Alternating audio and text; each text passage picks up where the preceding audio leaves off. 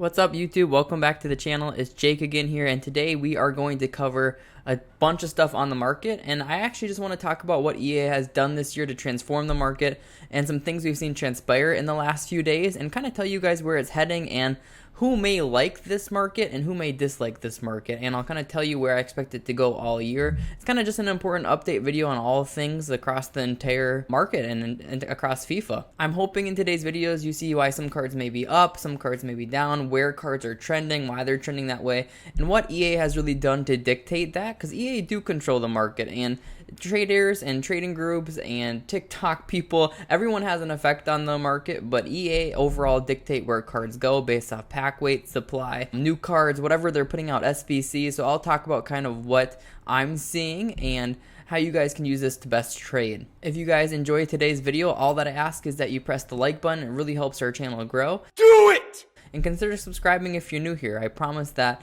you'll probably make a lot more coins being on this channel than not. Alright, so let's get into a really important card and one that a lot of people have asked me about in the recent days. A lot of these questions, a lot of these cards that I'm showing are coming from questions I've been getting, so hopefully it helps answer them universally. Bruno Fernandes is down a ton in the recent days. Literally 4 days ago, he was sitting around 125k, and now he's 75k. Why has a card like Bruno, who is really meta in this game, and he is very, very good, I've used him, why is he dropping so heavily? You have a few different factors. Right now, the market's low in general. Today is Tuesday, and people are expecting UCL marquee matchups, and if UCL marquee matchups does come, we'll get their blue UCL cards, which means there's a lot more supply, and I would expect probably a good hour of panic if that's the case, maybe 2 hours, then a recovery from there. But the big reason Bruno is down is actually from the Fakir SBC. You'll see starting on Sunday, it was actually starting on Saturday when he came out, he started to have those big declines. So he was 108k. He's basically like 30k lower right now from that. And that was from Fakir. So a lot of people are doing this Fakir card. I will highlight him right here. I've personally done him, right? So I play into this. And this Fakir card is really good. EA actually just updated his dribbling to a +1 if you have him or are thinking about doing him. That's what she said. You can actually wait till Batista's next game to see if they win too, to see what their odds are of moving through or getting the 3 of 4 wins. But overall, this card for 100k is banging value because he's probably going to get 1 upgrade. He's probably going to get 2 upgrades. He's got really, really good links this year, and he's a nice card, and a lot of people just end up having fodder. EA hasn't really released strong SBCs so far, so a lot of people, from whether it be the player picks that came out or untradeable packs, they had fodder, and people were like, finally something decent to throw it in. And what I'm noticing here is he has 13,000 upvotes on Footbin, which is honestly absolutely insane. I would assume he's the most liked card on FIFA 22 so far. If not, he's got to be top 10. And that just means tons of people have this card in their team. I'm sure if you guys played Weekend League or playing Rivals this week or qualifiers, you're seeing this Fakir a lot, and rightfully so. So that trading effect is essentially called substitute trading or investing. Not that you're making a trade based off it right now, but what's happening is that Bruno is just continuing to drop because people are switching over to this Fakir, and they're kind of the similar position, similar cards, and you can only have so many cards in your team. So people are putting in Fakir, they're losing cards like De Bruyne, Bruno Fernandes, Depay dropped a lot when he came out. You're kind of seeing that effect on a card like Bruno, and just know that Fakir has had a massive effect on the market as a whole. So what's happening is cards that are up are actually all that linked to him. The only cards that are really up in the past week or so linked to Fakir. Some good examples of that are like Dembele. He's down a little bit, but Monday he was peaking at like 73 kps. So what happened was, again, on Saturday he was floating around 60k. Now he's up to 67, but he was 73 before this little UCL panic. So he links with Fakir. That's an easy way to get him in your team. He's up in value. And then Llorente as well fits in with him. He dropped quite a bit on Saturday. He went down under 140. He was like 135. He's back up to 155. Kind of a little bit more indirect there, right? You have to have other links around him, but La Liga stuff is up, right? So people are playing La Liga teams, and that's what you should know. The links with Fakir are either the same or moving up, which is good in this market, and pretty much everything else is down. I mentioned this already in a previous video, but the team of the weeks right now are just crazy oversupplied, and the no loss glitch was worse than I ever expected. I think that tens of thousands of people honestly did it in those first 5 hours, and everyone was getting Team of the Week pack. So it just absolutely murdered these cards from supply. I mean, Lozano was really holding a value of around 55 to 60K. Now you can really pick them up on bid for like 20. If you want a card in your team that should naturally rise at least a little bit with time, these informs are not a terrible look, especially cards like Lozano, Romero, the cheaper ones.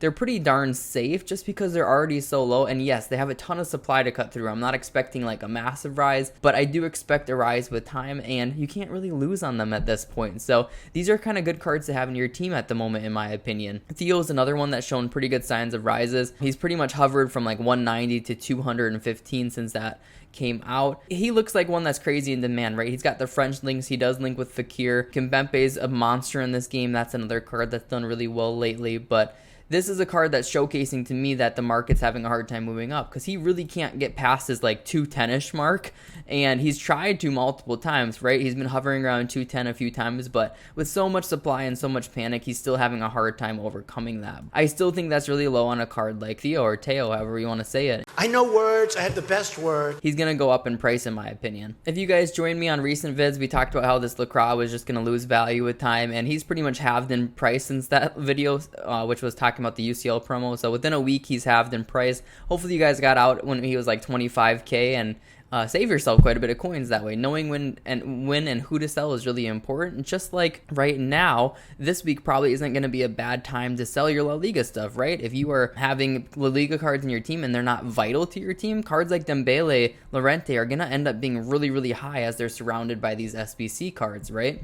Lastly here, I just kind of want to talk about where the market is and where it's heading. And right now, you are probably either loving or hating this market, because right now you can get like a 500K team, say 3 to 500K, and it's going to be really good, because cards like Militao, who are extremely usable in this game to say the least, and Koundé are, this card's 8K, Koundé's 14K, and they're just so cheap that you can play with meta cards this year with relative ease. If you have a 3 to 500K team, it's probably pretty good, but the thing that people don't like about this market, and this includes myself, okay? I don't like it. What's happening is it's going to become extremely hard to upgrade to like 500, 300K, 700K, 1 million coin plus players. And what's happening is even if you get packs, right? So you get packs from rewards, rivals, champions, you're probably not making very much from them. There are only, I've counted this a couple of times now, there are only 30 cards above 30K right now, 30 gold cards. There are some promo cards a little bit higher. The chances of you packing one of those is going to be really slim. That's not good for the market, because what's happening is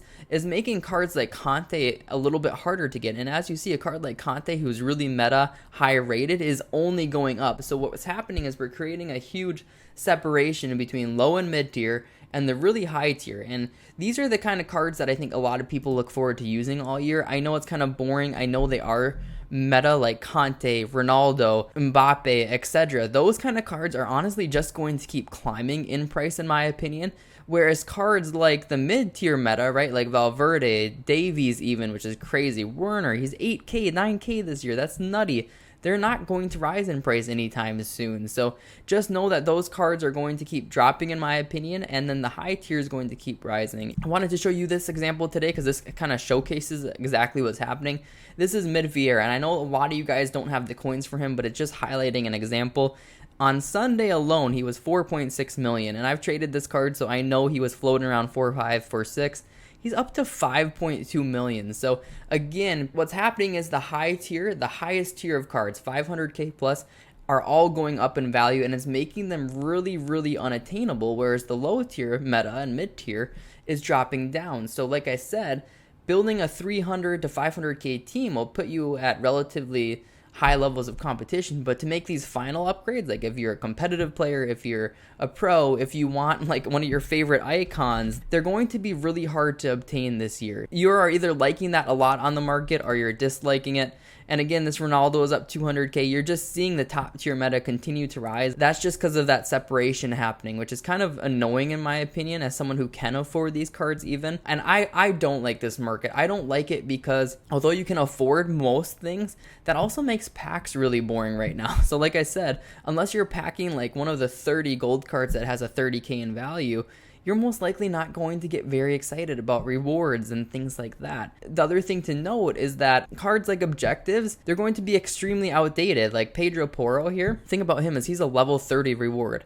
This card, I'm not even kidding, on the market would be like 700 coins. So if you're grinding level 30 for level 84 for 84 rated fodder, respect to you. I wouldn't do it for that reason alone. If you're just naturally getting there, that's fine. But this card would be literally worthless pretty much on the market. That's just the problem EA has now, is they're going to have to start really putting out good objectives to make it worth it, because the mid-tier meta is so low that it doesn't make sense to do. Like this Andre, Lily is last in their group. They're not probably going to move on.